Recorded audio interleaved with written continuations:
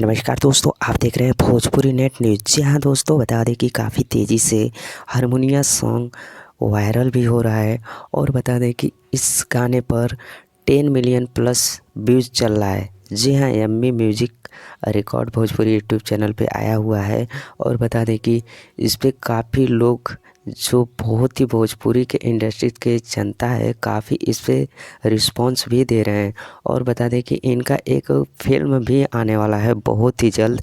तो आप लोगों को फ़िल्म्स के बारे में आप लोगों को न्यू वीडियो में बताएंगे।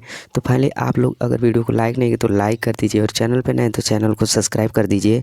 तो पहले आप लोगों को बता दें कि भोजपुर में ऐसे ही खेसारी लाल यादव का ही जलवा रहता है, जो कि इस पे पवन सिंह भी बोले हैं कि मेरे भाई का गाना बजाओ।